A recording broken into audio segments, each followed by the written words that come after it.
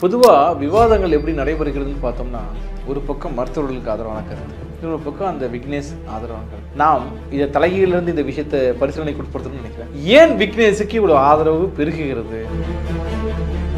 சைதாப்பேட்டை அரசு மருத்துவமனையில் ஒரு நாளும் மருத்துவர்கள் உட்கார சொல்லி மருத்துவம் பார்த்துக்கிறேன். நான் போகிறப்பெல்லாம் ஒரே சண்டை தான். சேர் எடுத்து போட்டு உட்காந்தோன்னா மேலே எங்கேயும் முறைச்சி பார்க்குறாங்க மருத்துவர்கள். இப்போ நீங்கள் என்ன எதிர்பார்க்குறீங்க? ஒரு சாதாரண ஒரு நபரை உங்களை நீங்கள் எப்படி நீங்கள் ட்ரீட் பண்ணுறீங்கன்னு நான் கேட்குறேன். எப்படி நீங்கள் இந்த நாட்டின் உழைக்கும் மக்களை எப்படி நீங்கள் ட்ரீட் பண்ணுறீங்க, எப்படி அணுகிறீங்கிறத பற்றி நான் பேசுகிறேன். இது உங்களுக்கு எதிரான கருத்து இல்லை, ஆனால் நீங்கள் பரிசீலிக்க வேண்டும் என்பதற்காக நான் பேசுகிறேன். மருத்துவர்கள்ட்ட நான் பேசுகிறேன். போதிய மருத்துவர் கிடையாது, போதிய மருத்துவ உபகரணங்கள் கருவிகள் கிடையாது. அதை பற்றி நீங்கள் எப்போது பேசுவீர்கள் கேட்குறேன். இன்றைக்கு அதையெல்லாம் விட்டு விட்டு வேறு எதுக்கு நீங்கள் போயிட்டீங்கன்னா, எங்களுக்கு பாதுகாப்பு வேணும், பாதுகாப்பு சட்டம். யாரிடம் வந்து யாரை பாதுகாக்க போகிறீங்க? பொதுமக்களிடமிருந்து மருத்துவர்களை பாதுகாக்க போறீங்களா? உங்களுக்கு பாதுகாப்பு கொடுப்பது யாரு? போலீஸ் பாதுகாப்பு கொடுக்குறாங்க. அப்ப இந்த அரசு என்ன செய்யறாங்கன்னா, அரசு ஊழியர்களுக்கும் மக்களுக்குமான மோதலை எப்பயும் உருவாக்குறாங்கன்னு நான் சொல்ல வரேன். நீங்க என்ன சொல்லுவாங்க இது கேட்டா, பெரிய அறிவுஜீவிகள்லாம் நீ ஊப்பியை பாரு, நீ காப்பியை பாரு. நான் தமிழ்நாட்டை பற்றி தான் நான் பேசுவேன். ஒரு நோஞ்சானை காட்டி இவனை பாரு 2 கிலோ இருக்கான், இங்க கொடுக்க வேண்டியது ஏன் கொடுக்க? ஒரு தூய்மை பணியாளரை அரசு ஊழியராக நிரந்தர ஊழியராக இருந்து கொண்டு வேலை செய்ய வைக்க உனக்கு வக்கு இல்லையா என்பதை பற்றி பேசுவோம். எதற்காக தனியாருக்கு நீங்கள் கொடுத்தீங்க? என்ன காரணம்? டாக்டரும் இன்னொரு இடத்துல போய் பணியை புரியக்கூடாதுன்ற சட்டமும் இருக்குது. அது இந்த திமுக அரசும் ஏற்கனவே அதை நடைமுறைப்படுத்தியிருக்கு. ஆனால் இந்த வழக்கு இப்போது நீங்கள் குறிப்பிட்ட மாதிரி அந்த பாலாஜி மருத்துவ டாக்டர் வந்து காவேரியில் ஒரு சீஃபாக ஒர்க் பண்ணியிருக்காரு. முதல்ல அந்த நபரை பணியிடை நீக்கம் செஞ்சுருக்கணும். நீங்கள் ஒரு மெமோ கொடுத்துருக்கணும், அது சொந்தமாக ஒரு பதில் கொடுத்துருக்கணும். நீக்கணுமா இல்லையா? உங்களுக்கு என்ன பிரச்சனை? ஏன்னா இந்த பக்கம் தனியார் மருத்துவமனை என்ன செய்வாங்க, ஐயோ நீங்கள் அப்படிலாம் செஞ்சாதீங்க என்று இன்னொரு பக்கம் லாபி பண்ணுவாங்க. டாக்டருங்க போடுங்க, ஏன்னா டாக்டர் போடாமல் போலீஸ்காரங்க 4 பேர் போட்டால் உட்காந்து கதை பேசிட்டு இருக்கிறாங்க. இல்லை நீங்கள் அது என்ன செய்வீங்க? என் நியாயமான கேள்வியை நான் டாக்டரோட கேட்கவே முடியாது. போலீஸ் வந்து நிற்பார், என்னையா உன்னை உழுத்துக்கி பண்ணுமா? எப்படி நான் பேச முடியும்? நான் என்ன கேட்குறேன், என் அவமரியாதை ஒரு டாக்டர் பேசுகிறாருன்னு வச்சோங்களேன், ஒரு மருத்துவர் பேசுகிறாரா, நான் கேள்வியே கேட்க முடியாது. நான் போய் உட்கார்றதுக்கு சேர் போடுங்கன்னு சொன்னால் போலீஸ் வந்து என்னவா கேட்பார்? அவர் தானே. மீண்டும் மீண்டும் மக்கள் கேட்பது, உண்மையான மக்களுக்கான மருத்துவர்கள் கேட்பதும் போதிய மருத்துவர்களை போடுங்கள், மருத்துவ கருவிகளை போடுங்கள், தேவையான வசதி செஞ்சு கொடுங்கள் என்பதுதான்.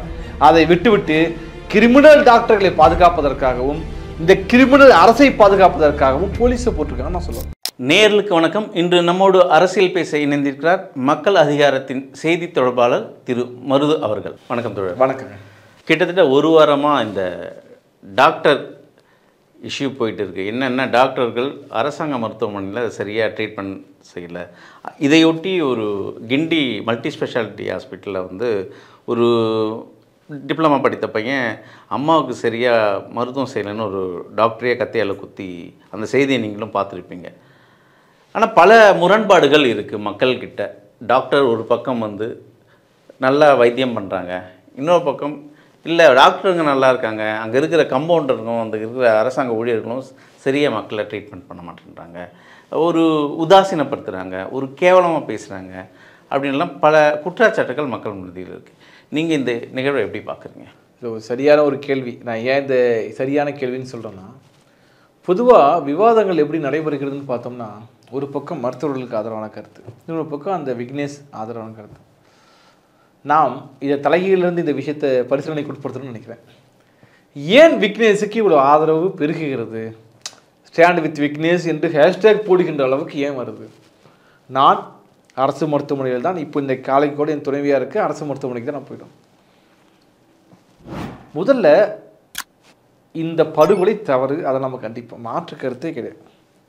மருத்துவர்கள் பலரும் மிக சிரமமான சூழலில் வேலை செய்கிறாங்க. ஆனால் அரசு மருத்துவமனைக்கு போகின்ற நபர்களுக்கு எவ்வளோ வேதனை இருக்குங்கிறத பற்றி நான் சொல்லுறேன். சைதாப்பேட்டை அரசு மருத்துவமனையில் ஒரு நாளும் மருத்துவர்கள் உட்கார சொல்லி மருத்துவம் பார்த்துக்கிறேன். நான் போகிறப்பெல்லாம் ஒரே சண்டை தான். சேர் எடுத்து போட்டு உட்காந்தோன்னா மேலே எங்கேயும் முறைச்சி பார்க்குறாங்க மருத்துவர்கள். நான் உட்கார்றது கொண்டு நீங்கள் நின்று கொண்டு வைத்தியம் பாருங்கள், அப்போ தான் உங்களுக்கு புரியும் என்று நான் பல முறை சொல்கிறேன். செருப்பு போட்டு வரக்கூடாது, நான் போடுறேன் நீங்களும் போடக்கூடாது, அதுதான் சரியாக இருக்கும். இப்போ இன்டென்சிவ் கேரில் என்ன பண்ணுவாங்கன்னா, எல்லா மருத்துவரும் செருப்பை வெளியே விட்டுட்டு அவங்க ஒரு கவர் போட்டுட்டு போவாங்க. அப்படிப்பட்ட சூழலில் நாங்கள் செருப்பு போட்டு போகணும் நாங்கள் எதிர்பார்க்கல. அப்போ நீங்கள் என்ன எதிர்பார்க்குறீங்க? ஒரு சாதாரண ஒரு நபரை உங்களை நீங்கள் எப்படி நீங்கள் ட்ரீட் பண்ணுறீங்கன்னு நான் கேட்குறேன். ஒரு மருத்துவர்களாகட்டும், அரசு ஊழியர்கள், அவர் மட்டும் அரசு ஊழியர்கள் உட்பட சொல்கிறேன், எப்படி நீங்கள் இந்த நாட்டின் உழைக்கும் மக்களை எப்படி நீங்கள் ட்ரீட் பண்ணுறீங்க, எப்படி அணுகிறீங்கிறத பற்றி நான் பேசுகிறேன். இது உங்களுக்கு எதிரான கருத்து இல்லை, ஆனால் நீங்கள் பரிசீலிக்க வேண்டும் என்பதற்காக நான் பேசுகிறேன். மருத்துவர்கள்ட்ட நான் பேசுகிறேன். நீங்கள் எவ்வளவோ சிரமத்தில் வேலை செய்கிறீங்க என்பது எல்லோருக்கும் தெரியுது. ஆனால் இந்த பிரச்சனையில் ஏன் மக்கள் உங்களுக்கு ஆதரவு தெரிவிக்கவில்லை என்பதை பற்றி நம்ம பரிசீலிக்கிறோம். அந்த பையன் செஞ்ச தப்பு என்னதான் இருந்தாலும் ஒரு நபரை வந்து கத்தியில் குத்துறதுலாம் ரொம்ப ஆபத்து. தன்மையை தாய் மேலே பாசம் இருக்கலாம், என்ன இருக்கலாம், எக்ஸார்பை. ஆனால் உங்கள் கருத்தை நீங்கள் தயவு செய்து நீங்கள் யோசிக்கணும். நீங்கள் முதல்ல யார், முதல்ல எல்லா மருத்துவரும் பாதிக்கப்படுறாங்களா என்பது எனக்கு மாற்று கருத்து இருக்குது. ஏன்னா என் துணைவியார் மிக மோசமான நிலையில் அவங்க பாதிக்கப்பட்டிருந்தாங்க. அப்பொழுது கூட வந்து ஒரு மருத்துவர், அவங்க வந்து பயிற்சி மருத்துவர், அந்த பெண் உண்மையாக கண்ணீர் விடாத குறையா என்கிட்ட சொன்னார். ஆனால் நான் 3 நாளாக என்னை வந்து வேறு வேலைக்கு எனக்கு லீவே கொடுக்கல. 3 நாளாக ஒரே துணியை குளிக்காமல் அதே துணியை போட்டு அந்த பொண்ணு வேலை செய்கிறேன். யோசிச்சு பாருங்கள். இப்படி அவர்கள் பாதிப்பெல்லாம் இருக்குதுங்க, நான் இல்லைன்னு சொல்ல வரல. ஆனால் இதில் டீனாக இருக்கிறவங்க, ப்ரொஃபஸர்ஸ், இவங்க நிலைமை என்னவா இருக்குது? நான் எல்லா மருத்துவரையும் சொல்ல வரல. பல மருத்துவர்கள் மக்களுக்காக ரொம்ப கேர் எடுத்து பார்க்குறவர்கள் இருக்கிறாங்க. ஆனால் அதில் சரிபாதியாளர்கள் இப்படிப்பட்டவர்கள் இருக்கிறாங்க. இப்போ ஒரு நபரை பற்றி சொன்னாங்க, அது பாலாஜி, அந்த மருத்துவர் பாலாஜின்னு நினைக்கிறேன். அவர் காவேரி மருத்துவமனையில் வேலை செய்கிறதா சொல்கிறாங்க. அப்போ இதெல்லாம் ஏன் தடை செய்யப்படவில்லை? இப்போ எனக்கு தெரிந்த பல அரசு மருத்துவர்கள், அதாவது கெஸ்ட்டை போல் அரசு மருத்துவமனைக்கு வராங்க, ஃபுல் டைமாக ஒர்க்கு ப்ரைவேட் ஹாஸ்பிட்டல் வேலை செய்யும். இது மாதிரி தப்பு தானே? இந்த தப்பை பற்றி இப்பொழுது அரசு மருத்துவர் சங்கம் பேசும். நீங்கள் பேசாமல் மக்களுடைய ஆதரவை நீங்கள் எப்போது பெறுவீர்கள்? இது ஒன்று. இரண்டாவது, உங்கள் பிரச்சனையை நான் அங்கீகரிக்கிறேன், எல்லாரும் அங்கீகரிக்கிறாங்க. போதிய மருத்துவர் கிடையாது, போதிய மருத்துவ உபகரணங்கள், கருவிகள் கிடையாது. அதை பற்றி நீங்கள் எப்போது பேசுவீர்கள் கேட்குறேன். இன்றைக்கு அதையெல்லாம் விட்டு விட்டு வேறு எதுக்கு நீங்கள் போயிட்டீங்கன்னா, எங்களுக்கு பாதுகாப்பு வேணும், பாதுகாப்பு சட்டம். யாரிடம் வந்து யாரை பாதுகாக்க போகிறீங்க? பொதுமக்களிடமிருந்து மருத்துவர்களை பாதுகாக்க போகிறீங்களா? உங்களுக்கு பாதுகாப்பு கொடுப்பது யார்? போலீஸ் பாதுகாப்பு கொடுக்குறாங்க. இன்றைக்கு காலையில் நான் சைதாப்பேட்டை அரசு மருத்துவமனைக்கு போகிறேன். நல்லா பாருங்கள், நானும் வரிசையில் நிற்கிறேன். கிட்டத்தட்ட 50 பேர், 50லேருந்து 60 பேர் நிற்கிறாங்க. அந்த வரிசையில் ஒரே ஒரு பெண் இளம் மருத்துவர் எல்லோருக்கும் பதில் கொடுத்துருக்குறாரு. மொத்தமாக 4 டேபிள் இருக்குது. ஒரு டேபிள் நின்று எழுதி கொடுத்துட்ருக்காங்க. இருக்கிறவங்க கத்துறாங்க. மக்கள் ஏங்க எங்களுக்கு நோயின்னு தாங்க வரலாங்க, எங்களால் முடியல, உடம்பு சரியில்லைன்னு வரோம். உட்காருவதற்கு நீ 4 டாக்டர்ஸ் இல்லை, யார் பதில் சொல்வது? நான் கேட்குறேன், யார் பதில்? இந்த அரசு பதில் சொல்ல வேணும். ஆனால் இந்த அரசு பதில் சொல்வதில்லை என்பது மிக முக்கியம். நீங்கள் எந்த மருத்துவமனைக்கு போங்க, அவ்வளோ கூட்டம் இருக்குதுங்க. கூட்டம்னா கடுமையான கூட்டம் போகிறாங்க. உண்மையை சொல்ல போனால் அந்த நான் இன்னைக்கு காலையில் நான் பார்த்ததில் அந்த டாக்டர் எப்படி ரியாக்ட் பண்ண முடியும்னு நீங்கள் சொல்லுங்கள்.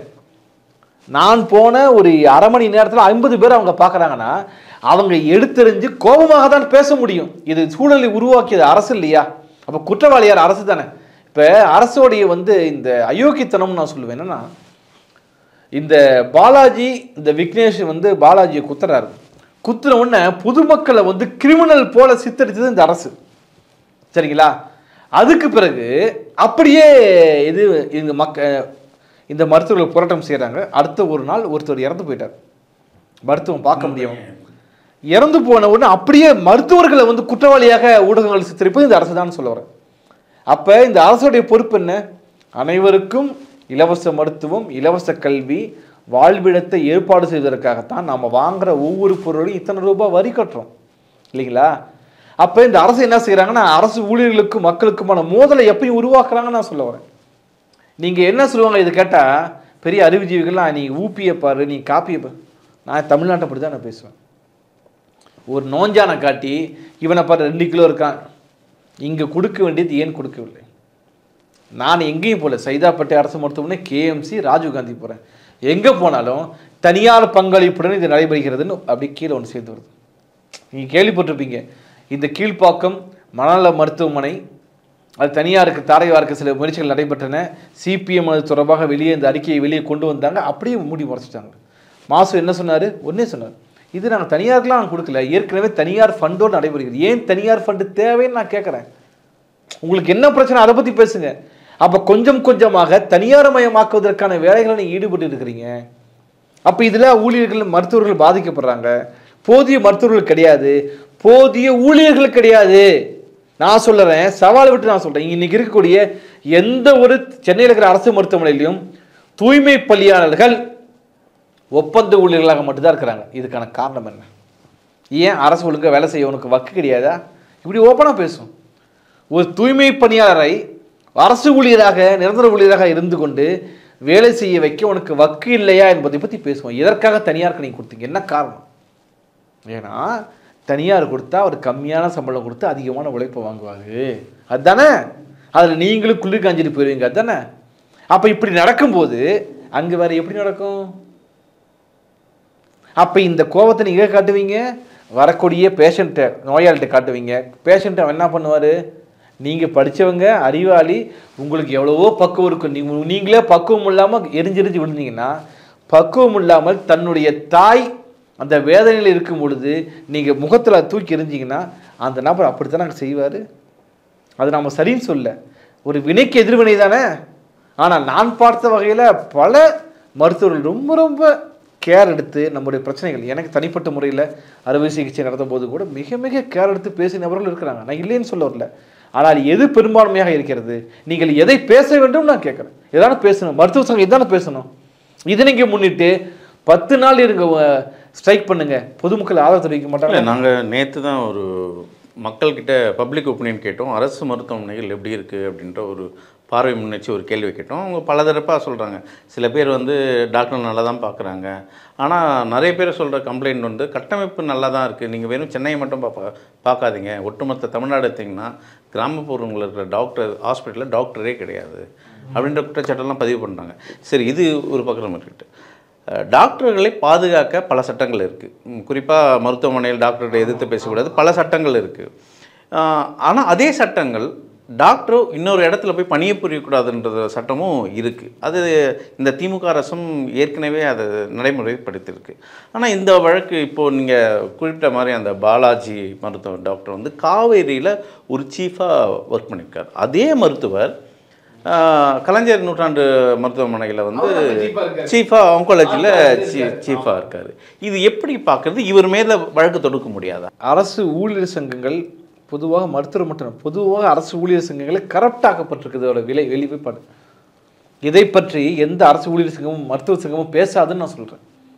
முதல்ல அரசு இல்லை இல்லை இல்லை இல்லை இல்லை நான் ஏன் இதை பற்றி நான் சொல்கிறேன்னா, முதல்ல இங்கிருந்து ஒரு பிரச்சனையை தொடங்குவது. திட்டமிட்டு நீங்கள் ஊழல் செய்யுங்கள், நீங்கள் ஏமாற்று பேர் வழியாக மாறுங்கள் என்பதற்கு சில வாய்ப்புகள் அரசே கொடுக்குறாங்க. கொடுப்பதன் மூலமாகத்தான் இந்த துறையை தனியார் மயமாக்க முடியும்னு அவனோட அரசோட வியூ. அதில் இவர்களும் இந்த சங்கங்களும் அப்படி தான் இருக்குன்னு சொல்ல வரேன். இதன்படி இப்போ மருத்துவ கவுன்சிலுக்கு வெல்ஃபேர் கட்சியோட துணைத் தலைவர் கவுஸ் ஒரு மெயினாக அமைச்சிருக்கிறாரு. இந்த நடவடிக்கை எடுக்கல, ஏன்னா இப்போ எடுத்தால் பிரச்சனை ஆயிடும், டாக்டருங்க சிக்கல் பண்ணுவாங்க, இல்லை போராட்டம் பண்ணுவாங்கன்ட்டு. இது அஃபென்ஸ் தானே? இது அஃபென்ஸ் தான். ஆமாம், தப்பு தான். இப்போ நான் ஒருத்தர் அரசு ஊழியராக வேலை செய்யும் போது வேறு இடத்துல வேலை செய்ய முடியாது. ஒரே நேரத்தில் ஒரு ஆசிரியர் அரசு பள்ளி ஆசிரியராக இருந்து கொண்டே தனியார் பள்ளி ஆசிரியராக இருக்க முடியாது என்பதுதானே விதி. எடுத்து போட்டிங்கன்னா நீங்கள் ஒரு வேலையை தூக்கிடலாம்ல. ஒரு தாசில்தார் இங்கே வேலை செஞ்சுக்கிட்டு வேற ஒரு கம்பெனி ரன் பண்ண முடியாது, அப்படி தானே? ஏன் இப்போ நீங்கள் பார்த்துருப்பீங்க, சீமான் கட்சியில் இருந்தாருன்னு ஒருத்தரை நீங்கள் சஸ்பென்ஷன் பண்ணீங்கல்ல, ஏன் இவர் மீது கை வைக்க முடியவில்லை? இங்கே தான் சொல்ல தனியார் மருத்துவமனைகள் லாபி இருக்கிறது. தனியார் மருத்துவமனைகள் இந்த ஒரு மருத்துவர் மட்டும் கிடையாது, பல மருத்துவர்கள் இது போல தனியார் கிளினிக்களும் அவங்க சொந்தமாக வச்சிருக்காங்க, தனியார் மருத்துவமனையும் வேலை செய்யுது. இது என்னன்னாங்க, முதல்ல அரசு மருத்துவர்கள் அரசு ஊழியர்களுக்கு நாம் மக்களின் சேவகர்கள் அப்படிங்கிற ஒரு புத்தி கிடையாது. ஏதோ வானத்திலிருந்து வந்ததை போல நினைப்பு. நான் சட்டக்கல்லூரி படிக்கும்போது கூட பல போராட்டம் நடைபெறும் கூட நேராக நம்மக்கிட்ட சண்டைக்கு வருவாங்க. நீங்கள் யார் முதல்னு கேட்பேன். நீங்கள் மக்கள்கிட்ட ஊதியம் வாங்கக்கூடிய ஒரு நபர், மக்களுக்கு நீங்கள் சர்வெண்ட்டு. இந்த நாட்டின் முதல் குடியரசுத் தலைவர் யார்? ஃபர்ஸ்ட் சர்வெண்ட் ஆஃப் இந்தியா தான் அவர். மக்களுக்கு சேவை செய்யக்கூடிய நபர் அவர் தான் நம்பர் 1. அவர் முதல் குடிமகன் அவர் தானே, அவரே அப்படி தானே, நீங்களாம் யார்? ஆனால் இவர்களெல்லாம் எப்படி மக்களை சுரண்டுவது என்று என்னதுக்குள்ளே போகிறாங்க. நான் மீண்டும் நேர்மையாக இருக்கணும். நேர்மை என்பதே இந்த அரசு கட்டமைப்பிலும் கிடையாது, உள்ள இருக்கக்கூடிய அதிகாரிகளும் கிடையாதுன்னும் போது என்ன செய்ய முடியும்? நான் மீண்டும் சொல்கிறேன், இந்த மோதலை உருவாக்குவது அரசு. நீங்கள் சொன்ன மாதிரி இப்போ என்ன செஞ்சுருக்கணும் அப்படின்னா, முதல்ல அந்த நபரை பணியிடை நீக்கம் செஞ்சுருக்கணும். நீங்கள் ஒரு மெமோ கொடுத்துருக்கணும், அது சொந்தமாக ஒரு பதில் கொடுத்துருக்கணும். நீக்கணுமா இல்லையா? உங்களுக்கு என்ன பிரச்சனை? ஏன்னா இந்த பக்கம் தனியார் மருத்துவமனை வேலை செய்வாங்க, ஐயோ நீங்கள் அப்படிலாம் செஞ்சாதீங்க என்று இன்னொரு பக்கம் லாபி பண்ணுவாங்க. நீங்கள் காவேரிக்கு முன் அப்போலோவில் வேலை செய்கிற பல பேர் யாருங்க? அரசு மருத்துவர்கள் இருக்கிறாங்க. நீங்கள் தனியார் மருத்துவமனைகளை பல ரன் பண்ணிட்டு இருக்கிறவங்களும் அரசு மருத்துவர்கள் இருக்காங்க. நான் சொல்ல வரேன், எனக்கு தெரிஞ்ச ஒரு மருத்துவர் இருந்தார், அவர் வந்து ஸ்கின் ஸ்பெஷலிஸ்டாக இருந்தார், வேலையை ரிசைன் பண்ணிட்டு தனியாக போய் ஆரம்பித்தார். இப்படி ஒரு நேர்மை இல்லைன்னு நான் சொல்ல வரேன். கொஞ்சமும் நேர்மை இல்லாமல் ஒரு, அதாவது IMA விதி என்ன, இந்த இந்தியன் மெடிக்கல் அசோசியேஷன் விதி என்ன, நீங்கள் தனியாக வந்து ஒன்று ஓப்பன் பண்ணக்கூடாது, கிளினிக் ஓப்பன் பண்ணக்கூடாதுங்கிறத விதி. அதற்கு நேர்மாறாக செயல்படுகின்ற நபர்கள் மீது இப்போ ஒரு எடுத்துக்காட்டு சொல்ல வரேன். முதல்ல இந்திய மருத்துவத்துறை என்பது கிரிமினல் மயமாகி போயிருக்கிறது. என்னங்க இவ்வளோ பெரிய சொல்ல பயன்படுத்துகிறீங்க? கேதன் தேசாய்னு ஒருத்தர் கேள்விப்பட்டிருக்கீங்களா? வாஜ்பாய் ஆட்சி காலத்தில் அவர் வீட்டில் போய் ரைடு போனாங்க. அவர் அப்போ வந்து இந்தியன் மெடிக்கல் அசோசியேஷன் தலைவர், இந்திய மருத்துவ கவுன்சில் தலைவர். அவர் வீட்டில் பல நூறு கிலோ தங்கமும் பல ஆயிரம் கோடி ரூபாய் பணமும் கைப்பற்றப்பட்டது. வழக்கு போட்டாங்க. எந்த ஆதாரமும் இல்லைன்னு சொல்லிட்டு அந்த நகையும் தங்கத்தையும் பணமும் அவர்கிட்டயே கொடுத்துட்டாங்க. அவர் இறுதியில் உலக மருத்துவ கவுன்சில் தலைவராக இருந்தார். அப்போ மருத்துவ கவுன்சில் மட்டும் இது போன்ற எல்லா கட்டமைப்புமே எல்லா துறைகளுமே கிரிமினல் மயமாகி போல மருத்துவ கட்டமைப்பு கிரிமினல் மயமாகி போயிருக்கிறது. நாம் தமிழ்நாட்டில் வந்து ஊபியோட கம்பேர் பண்ணி பெருமை பற்றிக் கொள்வதெல்லாம் பிரச்சனை. ஆனால் மிக மோசமான ஒரு சூழல் இருக்குது. இதை பற்றி பேச வேண்டிய முதல் நபர் யாருன்னா அந்த மருத்துவர்கள் சங்கம் தான் பேச வேண்டும். அந்த சங்கத்தில் இருக்கக்கூடிய பலரையுமே நான் மீண்டும் சொல்றேன், மருத்துவர்களாகிய உங்களுக்கு எப்போது மக்கள் ஆதரவு கிடைக்கும் என்றால் நீங்கள் மக்களோடு இருக்கும்போது, மக்களுக்கு ஆதரவாக இருக்கும்போது தான். அந்த பையனை பிடிச்சி அடிச்சதில் வெறும் டாக்டர் மட்டும் தான் அடித்தாங்களா? மக்கள் யாரும் எதுவும் பண்ணவே இல்லையா? அமைதியாக இருந்தாங்களா? அநியாயத்துக்கு எந்த காலத்துலையும் மக்களை துணை போக மாட்டாங்க. நீங்கள் அநியாயத்துக்கு துணை போனீங்கன்னா உங்களுக்கு எப்படி துணை போவாங்க?